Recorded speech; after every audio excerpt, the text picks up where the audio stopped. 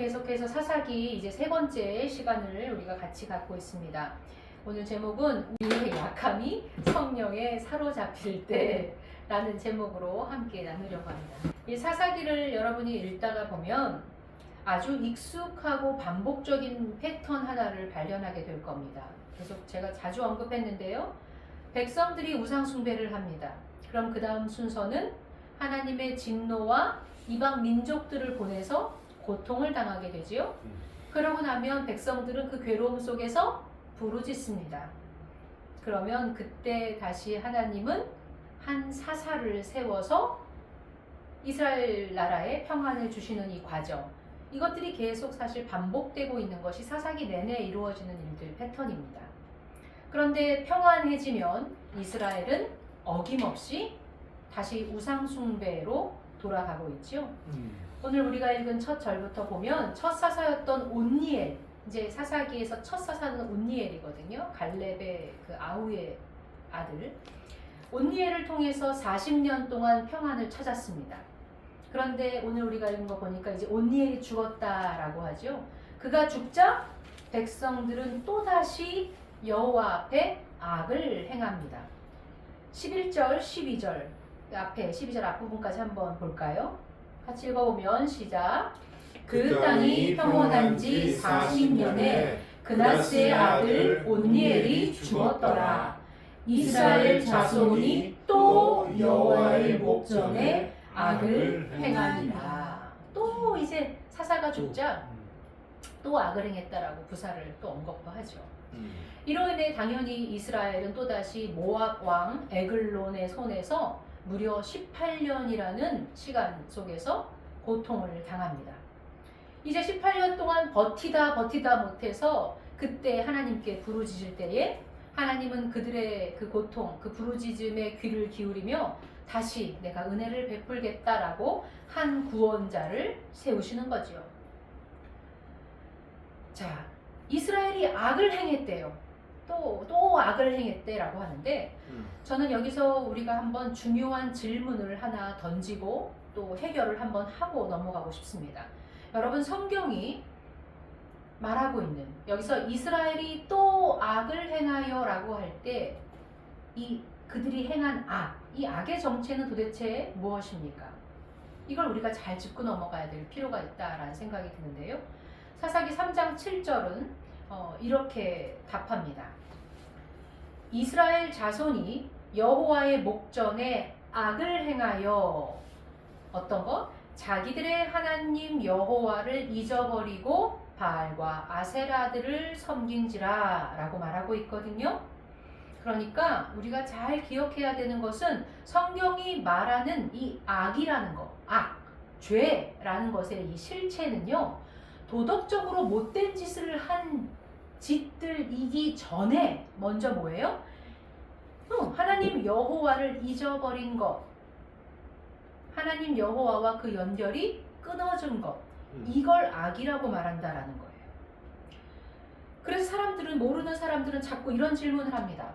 목사님, 예수 안 믿어도 착하게 산 사람들 많지 않습니까?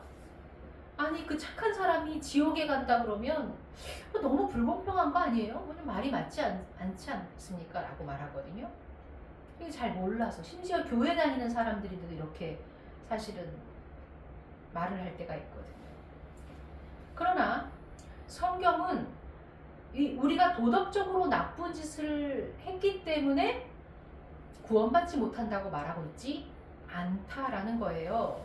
뭐 때문에 우리가 구원받지 못하는 겁니까? 죄 때문에요. 죄 때문에. 그런데 죄의 본질에 대해서 성경은 바로 하나님을 찾지 않는 것, 하나님과 그 연결이 끊어진 것, 내 힘으로 하나님 없이도 살아갈 수 있다고 버텨내는 것, 이게 악의 본질이라는 거, 이게 죄라는 거예요. 이것 때문에 구원받지 못하는 거거든요.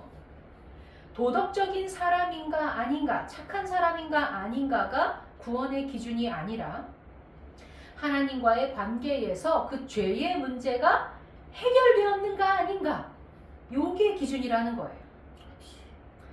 그러니까 그러니까 그런데 하나님을 떠난 자에게서 나오는 어떤 비도덕적인 행실들, 비인간적인 모습들, 우상 숭배들 이런 것은 하나님을 잊어버린 상태에서 나올 수밖에 없는 어떤 열매들, 결과들이라는 거죠.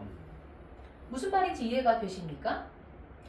그래서 이 사실을 분명히 우리가 정확하게 이해한다면 제가 왜 이 말씀을 드리냐면 요즘에 구원파가 정말 또 극성을 부리거든요. 이 박진영 씨도 계속 연거퍼 이 유튜브를 통해서 계속 말을 하고 있고, 그런데 이 구원파와 같은 이단들의 주장이 왜 거짓이고 위험한지가 명확히 드러나는 거죠. 이것을 제대로 이해하면. 구원파는 뭐라고 말하는 겁니까? 한번 구원받았으면 이 땅에서 어떤 죄를 지어도 상관없다. 이미 구원받은 티켓을 우리가 받아놨기 때문에 어떤 행실도 상관이 없다라고 말하고 있거든요. 그들은 괜찮아 라고 주장한다라는 거예요. 그런데 성경이 지금 분명히 말하고 있는 이 진짜 구원은요, 단순한 어떠한 면죄부를 받은 게 아니라 하나님의 생명에 온전히 연결되는 것이 구원받았다라는 것이거든요. 그러니까 하나님께 온전히 진짜 연결된 자라면, 그 안에서 내가 함께 살아가는 자라면 그 비인간적이고 비도덕적인 행실이 나올 수가 없다. 그게 결과인 거예요, 사실은. 여러분, 참 포도나무이신 예수 그리스도께 붙어있는 가지가 어떻게 해서 악하고 정욕적인 열매를 맺을 수가 있냔 말이 거죠. 포도나무의 가지가 이제 접붙임을 받았어요. 그러면 그 열매는 당연히 무슨 열매가 나오는 거예요? 포도나무가 나오는데, 아니 포도나무를 실컷 접붙임을 해놨다는데 똥내나는 두리안이 나올 수가 있습니까? 거기서? 그런 일은 없거든요. 하나님과 연결된 자는 결코 그렇게 살 수가 없는 거예요. 그렇게 살다가도 못 이겨서 다시 하나님을 부르짖는 게 하나님과 연결된 사람이거든요. 죄의 본질은요, 하나님을 잊어버리고 그분의 생명에서 끊어진 상태가 죄라는 것이죠. 이게 사실 구원파들이 말하고 있는 게 얼마나 앞뒤가 안 맞는 말인지 분명히 명확하게 드러나는 것입니다. 자, 이렇게 하나님과 연결해서 끊어진 사람들, 이제 하나님을 또 잊어버린 자들, 이게 지금 이스라엘 백성들이었던 겁니다. 그리고 하나님을 잊은 그 악의 결과로, 그 죄의 결과로 18년이라는 깊은 고통의 세월을 지금 또 보냈던 것이고, 비로소 그냥 그 끝까지 버티고 18년을 버티고 나서야 부르짖는 겁니다.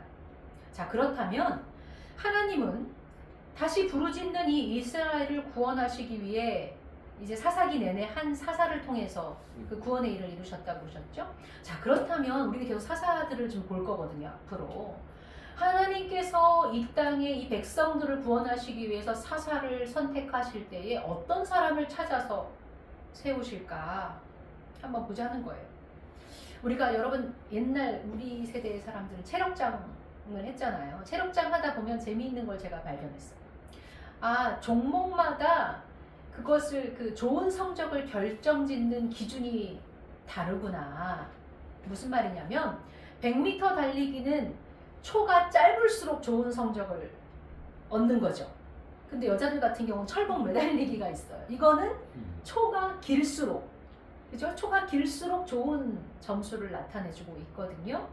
그러니까 한쪽에서는 작은 숫자가 우수한 기준이라고 말하고, 또 다른 한쪽에서는 큰 숫자가 더 우수한 기준이 되는 거죠. 이처럼 세상의 기준과 하나님의 측정 기준은 아예 다른 판이구나. 그 기준 자체가 다르구나라는 것을 보게 됩니다. 이 사사기를 통해서. 세상에서 어떤 아주 위급하고 절실한 일을 해결하기 위해서 뽑을 때는요, 분명한 기준이 있습니다. 그 일을 해결하기 위한 뛰어난 스펙을 가지고 있는가, 더 강한 힘을 가지고 있는가, 그리고 그 일을 유능하게 처리할 수 있는가에 관한 것들을 가지고 뽑거든요. 그러나 하나님이 당신의 거룩한 일을 이제 해결하시기 위해서 사람을 찾을 때는요, 그 적용하는 기준이 세상과는 전혀 다르다는 것을 사사기를 통해서 계속 만나는 사사들을 통해서 우리가 발견하게 된다라는 거죠. 자, 이 18년 된 강대국의 압제를 끌어내기 위해서 하나님이 부르신 사람, 오늘 우리가 만나는 사사는 누구라고요? 에훗입니다. 에훗. 자, 이 모진 세월 동안 그렇게 강력하게 이들을 붙잡고 있었던 이 사람들을 물리칠 거라면 더 무예에 능하고 더 거침없는 장군을 뽑아야 될 것 같은데요. 오늘 본문에서 보니까 에훗을 하나님이 세우십니다. 그런데 그 본문의 앞에 보면 그를 소개하는 말, 어떤 수식어가 붙어요? 베냐민 사람 게라의 아들 왼손잡이 에훗이었다라고 그를 소개해주고 있다라는 거예요. 자, 왼손잡이였다라는 말은요, 언어로 보면 오른손이 제한된 사람이라는 말이거든요. 오른손 쓰는 게 제한된 사람이라면 왼손밖에 쓸 수 없는 사람이거나 어쩌면 한쪽에 손이 아예 없어서 장애를 가진 사람이겠구나 싶은 거죠. 왼손잡이. 이게 참 역설적이더라고요. 또 베냐민 사람 지파에서 뽑았대요. 여러분, 베냐민은 이제 야곱의 막내 아들이죠. 이 베냐민이라는 뜻이 보니까 히브리어 원어로 보면 오른손의 아들이라는 뜻이에요. 오른손의 아들. 근데 참 역설적이게도 왼손잡이래. 거기 그 지파에서 뽑았는데 왼손잡이 에훗을 뽑았다고 성경이 말해주는 거예요. 구약 문화권에서 오른손은요, 이 파워, 힘, 권력 이것들을 상징하거나 축복 이런 걸 상징해. 그래서 나중에 그 막내 아들에게 야곱이 그 이름을 바꾸어서 준 거거든요. 축복을 바꿔.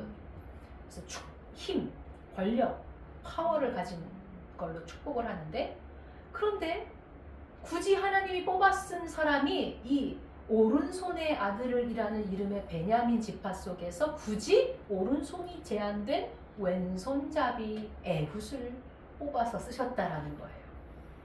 참 재밌죠? 뭔가 하나님이 이루시는 반전을 보여주시는 겁니다. 첫 사사 온니엘을 제외하면요, 나머지 계속 사사기에 등장하는 사사들은요, 이렇게 하나같이 치명적인 약점들을 가지고 있다라는 거예요. 하나님이 사사기 내내 들어쓰는 사람들이. 성경은 이렇게 모든 사사들의 치부와 한계를 숨기지 않아요. 그것을 드러내는 이유는 분명합니다. 뭐예요? 구원의 역사가 한 인간의 어떠한 영웅적인 힘에 의해서가 아니라 오직 그들 위에, 그 약한 한계 위에 임한 성령으로 가능하다라는 것을 지금 사사기는 계속 보여주고 싶은 거예요. 아멘. 그 자기 맘대로 살아갔던 그 혼란한 시대를 구원할 사람은 오직 성령이 임한 자, 그것을 통해서만 가능하다는 것을 진짜 사사기를 읽으면 제가 오늘 아마 한 말 다 한 걸걸요. 그게 사람만 달라질 뿐이지. 사사기를 보면 사사를 선택할 때 반복되는 성구가 있어요. 그게 뭐냐면 여호와의 영이 그에게 임하시네 라는 말이 계속 사사를 뽑을 때 반복돼요. 물론 오늘 에훗의 경우에는 그런 사사들에게 자주 등장하는 여호와의 영이 임했다라는 말을 직접적으로 나오지는 않지만 15절에 보면 여호와께서 한 구원자를 세우셨다라고 하면서 이 모든 일이 한 사람의 그 파워나 주도적인 능력 때문이 아니라 하나님이 세웠다 라는 것을 계속 강조하고 있다라는 거예요. 그러니까 왼손잡이, 그 약점을 가진, 한 손을 아예 쓸 수 없는 그러한 한계를 가진 사람을 썼다라는 것을 보면 성경의 역사를 통해서도 하나님은 임재해서 일을 하시지만 또 뭐예요? 우리가 인식하지 못하고 있는 순간에도 하나님은 은밀한 섭리 가운데에 한 사람의 약점과 그 삶을 미리 안배하셔서 구원의 판을 다 계획하시고 짜나가시는 분이구나 라는 것을 드러내고 있다라는 거예요. 아멘. 여러분, 우리가 태어날 때부터 가지고 있는 약점들은요, 내가 어떻게 할 수 있는 것이 아닙니다. 그러나 이 에훗을 보면 그 약점마저도 결국에는 하나님의 안배 가운데, 그 섭리 가운데 예비해 두신 것이었구나를 보게 하신다라는 거죠. 아멘. 하나님은 그 아예 오른손을 쓸 수 없는, 어찌 보면 장애를 입은 것 같기도 하고 또 한편으로는 어쨌든 어떤 힘, 그 주력적인 힘을 빼앗긴 사람이라고 이해하면 되거든요. 그 사람을 도대체 그 약점을 어떻게 쓰셨을까? 오늘 잠깐 우리가 이 본 에훗의 이야기를 보면요. 이 왼손잡이였던 에훗은 오히려 그 약점 때문에 모압 왕 에글론 앞에 그렇게 가까이 가기가 훨씬 더 수월했을 거란 생각을 해봅니다. 이 평상시 아마 공물을 바치러 왔다 갔다 궁정에 왔다 갔다 했던 사람인 것 같아요. 그런데 무슨 은밀한 얘기를 할 게 있습니다. 아주 중요한 거예요 라고 할 때 아무도 의심하지 않는 거예요. 이 한 손 못 쓰는, 메인 손 못 쓰는 능력 없는 사람이 뭘 어떻게 하겠어요. 그러니까 경계를 풀어버린 거예요. 모든 경계 수비명들이. 그래서 그렇게 가까이 다가갈 수 있었던 것이죠. 독대를 허락한 거예요. 에훗은 지금 나아갑니다. 모아방의 표현, 이 모아방의 이 어피어런스를 설명한 것도 너무 재밌지 않아요? 비둔한 자래요. 아주 배에 기름이 덕지덕지 낀 사람이라고 표현을 하고 있는데 세상의 탐욕과 정욕으로 마치 가득한 그 모습을 말해주고 있는 것 같아요. 그 왕이 모아방이었다라는 거죠. 바로 그 왕을 오른쪽 허벅지에서 숨겨온 그 칼을 빼어서 좌우의 날선 검을 준비해서 빼었대요. 그리고 그를 찔러내죠. 한 번에 그냥 죽여버리는 거예요. 안 그랬으면 나라끼리 전쟁을 했으면 쳐들어가고 뭐하고 과정이 또 서로 수많은 이 혈투를 벌릴 과정이었겠지만 단번에 적장의 가장 우두머리를 그냥 바로 죽이는 일을 오히려 왼손잡이라는 그 약점 때문에 할 수 있었다라는 것이죠. 오른손을 쓸 수 없었다는 약점이 아니었다면 그렇게 가까이 접근하기가 어려웠을 테니까. 그의 약점이, 그 약함이 하나님의 쓰시는 통로가 되었다라는 겁니다. 아멘. 놀라운 일을 하신 거죠. 그런데 여기서 다시 한번 우리는 이 기독교인들이 자칫 또 가지고 있는 오해 하나를 바로 잡고 제가 짚고 넘어가고 싶습니다. 이 약함을 하나님이 꼭 사용하신다고 해서 이 약함이라는 것 자체, 하나님은 무조건 가난하고 약한 자만 사용한다라는 말이 아니라는 사실입니다. 성경은 단 한 번도 가난이라는 것과 약함이라는 그 자체를 무조건적인 선인 것처럼 말하지 않거든요. 요거를 좀 분명히 해주고 싶더라고요, 항상. 그 착한 것 자체, 약함, 가난함 자체가 하나님이 마치 구원으로 규정짓지 않는다라는 거예요. 왜냐하면 사사 에훗도 사실 결코 사회의 최하층민이 아니었거든요. 이 18년 동안 모압과의 그 외교에서 공물을 나르는 총괄하는 최고의 그 수장이었거든요. 그러니까 사회에 나름 영향력을 가진 지도자였다라는 거예요. 다만 그가 오른손이 제한되었다, 왼손잡이였다라는 것은 그가 어찌할 수 없는 한계와 그 취약점, 어쩌면 세상이 정의하는 치명적인 컴플렉스 같은 거, 그것을 가진 자였다라는 거죠. 하나님은 그가 단지 불쌍해서 선택하신 것이 아닙니다. 뭘 자꾸 보여주고 싶은 거예요, 사사기는. 치명적인 약점과 그 한계조차 하나님의 영이 사로잡힐 때 거룩한 구원의 도구로 쓰임받을 수 있다는 것을 지금 사사를 통해서 계속 보여주고 있다는 겁니다. 그래서 부르시는 거예요, 그 약한 자들. 하나님의 사역에서 자격을 결정짓는 것은 세상이 말하는 그렇게 스펙이나 환경이나 어떤 완전함이 아니라는 거예요. 또는 남성이냐 여성이냐 이런 문제도 아닌 거죠. 그러니까 가난한 자냐 부유한 자냐 이런 게 기준이 아닙니다. 그러니까 우리는 너무 약하거나 뭐 가난한 뭐 이런 것들, 이런 상태를 낭만적으로 미화할 필요도 없고, 또한 어떤 인간적인 조건들을 자꾸 만들어서 하나님이 이런 사들만 이런 것을 지금 얘기하자는 게 아니라는 거예요. 하나님의 일하심을 결정짓는 오직 유일한 기준은 그 하나, 뭐예요?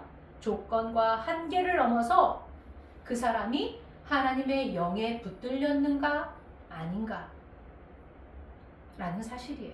그러니까 하나님이 강권적으로 성령을 통해서 일해주신다라는 거죠. 사사시대는 오늘날 우리가 살아가는 시대와 너무나 많이 닮아 있습니다.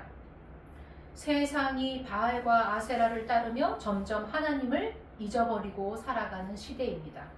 그래서 마치 모압 왕의 모습을 지금 세상을 이렇게 비추어주고 있는 것 같아요. 온통 부유하고 풍요하고 안락하고 기름지고 탐욕으로 배불러진 마치 이 땅의 모습들. 그래서 하나님의 사람들을 괴롭히고 있는, 그게 꼭 모압 왕이라는 모습을 떠올리게 하지 않습니까? 이런 어두운 시대 속에서 하나님은 당신의 진짜 내 백성들을 구원하시기 위해서 어떠한 자들이라도 다 사용하신다는 말이에요. 예외 없이 누구라도 모두가 하나님의 구원에 동참할 수 있는 사람이 될 수 있다라는 것을 지금 사사기가 계속 보여주고 있는 거죠. 아멘. 3장 마지막에 보면요, 한 절로 마지막 끝에 또 다른 사사 이야기가 하나 나오죠. 삼갈이 나와요. 삼갈. 딱 그 사람을 표현하는 건 한 절밖에 없어. 그런데도 굳이 거기에 기록해두는 이유는 뭡니까? 그를 어떻게 표현하냐면, 소모는 막대기로 블레셋 사람 600명을 죽여서 이스라엘을 구원하였느니라 라고 말하거든요. 너무 재밌지 않아요? 소모는 사람이었어요. 대단한 사람이 아니라 소모는 사람. 근데 그 사람조차도 하나님의 그 사사로 쓰임받았대요. 뭐 죽인 사람이 에훗에 비하면 적죠. 600명 죽였대요. 블레셋 사람들. 그런데도 하나님의 구원의 일에 하나님은 동참한 자라고 여기 기록을 해주고 있는 거예요. 그러니까 모두를 하나님이 사용하실 수 있다는 거예요. 모두를. 오직 하나님의 손에 붙들려 성령을 통해서만 그런데 가능하게 하신다라는 거죠. 아멘. 또한 하나님이 그렇게 그러면 이 땅을 구원하기 위해서, 내 백성을 구원하기 위해서 사사를 부르시고 그들에게 성령을 임하게 하시는 이유는 뭡니까? 단지 한 사람을 그래서 영웅으로 만들어 주시기 위함이 아니라는 거예요. 그 목적은 우리가 서 있는, 여러분이 각자 서 있는 그 삶의 현장에서 마구마구 짓누르고 있는 세상의 그 영적 사슬을 끊어내시기 위해서 성령을 부어주시는 거예요. 아멘.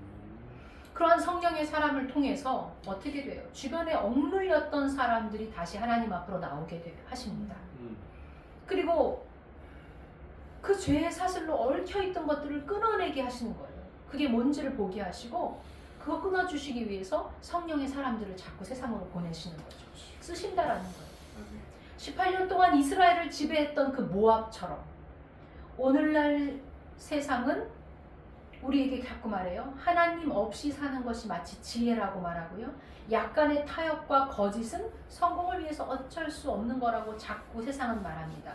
영적으로 무감각하게 우리를 계속 괴롭히는 이 시대에 직장에서 적당히 눈속임하고 불의와 타협하라는 유혹의 사슬도 넘쳐납니다. 돈이라는 우상 때문에 오늘날 이 시대는 가족관계도 이미 파탄이 되는 시대예요. 너무나 자연스럽죠? 또 우리들 마음속에 자꾸 나 같은 사람이 뭘 하겠어 라고 하면서 열등감의 사슬로 또 계속 올가매져서 세상 우리를 괴롭혀요. 꽉꽉 묶죠. 또 어떤 사람은 날 때부터 내가 어찌할 수 없는 그 열등감을 감추려고 오히려 더 완악하게 고집을 피우는 마음의 강팍함으로 자꾸 자신을 가리려고만 해요. 어떤 사람은 우리가 앞에 나눈 것처럼 좀 더 자자, 좀 더 편하게 살자, 더 안락하게 살자, 좀 더 배부르게 살면 안 되냐라고 하면서 영적 훈련을 자꾸 배척하려고 하는 이 마음의 비둔함들. 이게 배에 우리의 잔뜩 껴가지고 있는 지금 이 세상. 바로 하나님은요, 오늘 이 밤에 우리에게 은혜를 부어주셔서 뭐라고 그러시는 겁니까? 너희들이 서 있는 각자의 일터와 가정에서와 이 삶에서 그런 불의한 모든 죄의 사슬들을 끊어버리기를 원하시는 거예요. 아멘. 어떻게? 마치 에훗이 모압 왕의 그 비대한 배를 관통했듯이. 근데 뭐로 했대요? 좌우의 날선 검으로 그 배를 관통했대. 뭡니까? 성령의 검, 곧 말씀, 하나님의 말씀으로 그 모든 세상의 비둔한 기름들을 다 찔러 끊어버리기를 원합니다. 아멘. 우리가 세상의 방식에 굴복하지 않고 내 어떠한 한계 속에서도 나의 치명적인 약점에도 불구하고 성령께 붙들려서 그럼에도 불구하고 정직하게 살아가며 또한 담대하게 그렇게 살아나갈 때, 감사함으로 살아나갈 때 어떻게 돼요? 세상은 그런 성령의 사람을 통해서 그걸 보면서 마침내 고백하게 됩니다. 아, 하나님 진짜 살아계시는가 보구나. 아멘.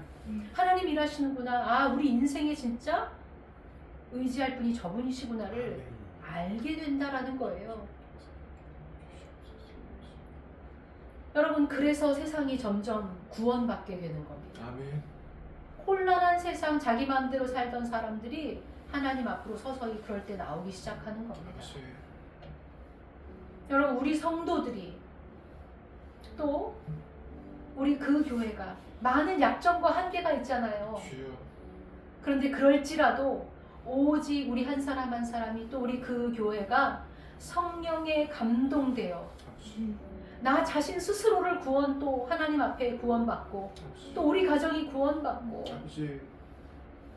내게 주어진 하나님이 줄로 재어준 내 삶의 모든 영역의 사람들이 구원받을 수 있는 일이 우리 안에 일어나기를 축복합니다. 아멘. 그러니 오늘 우리 내 가진 약점, 내 삶, 내 인생의 한계 이런 것에 우리 낙심하지 마시기 바랍니다.